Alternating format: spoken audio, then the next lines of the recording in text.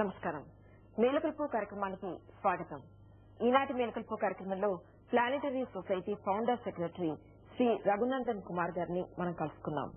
రఘునందన్ కుమార్ గారిని మనం కలుసుకోబోయే ముందుగా ఈనాటి రాశి ఫలాలు ఎలా ఉన్నాయో తెలుసుకుందాం.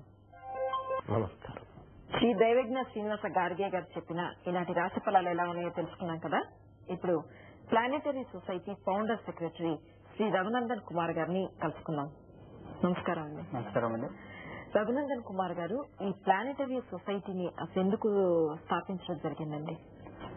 ప్లానెటరీ సొసైటీ 1998 లో స్థాపించామండి.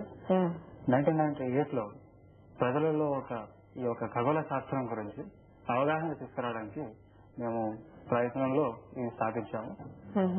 అదే క్రమంలో ఎన్నో యాక్టివిటీస్ మేము చేయడం జరిగింది.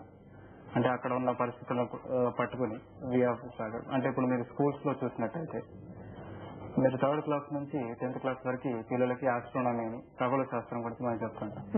కాకపోతే చాలా వరకు మనం చూసింది ఏంటంటే టీచర్స్ కి అసలు ఈ ఖగోళ శాస్త్రం మీద సరైన అవగాహన లేదు. ఎందుకంటే వాళ్ళు చదువుకున్నప్పుడు కూడా ఆ ఖగోళ శాస్త్రానికి సంబంధించిన టెలిస్కోప్లు కానివ్వండి, ఆ ప్లానెట్స్ లొకేషన్ కానివ్వండి, ఇవన్నీ కూడా వాళ్ళకి ఎప్పుడు చెప్పండి.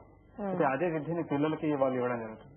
అదే కాకుండా మనం చూసినట్టయితే ప్లానెట్స్ ఒక ఫోటోగ్రాఫ్స్ కూడా లేకుండా ప్రాపర్ టీచింగ్ ఎయిడ్ లేకుండా వాళ్ళు ఆస్ట్రానమీ పిల్లలకు చదివిస్తున్నారు.